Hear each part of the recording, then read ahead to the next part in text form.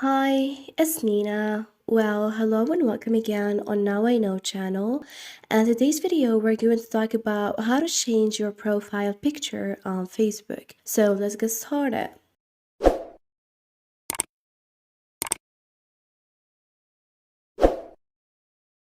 Well, first, after getting the application, tap on your profile. When this page appears, click on the camera and choose Select Profile Picture. And from here, you'll have the choice if you want to select it from camera, photo of you, upload, or albums.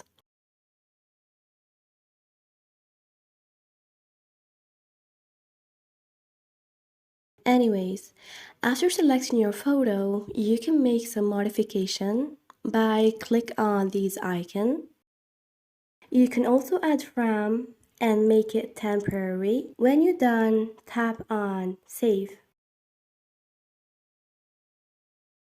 And now your profile picture have been changed successfully. Thanks for watching. See ya.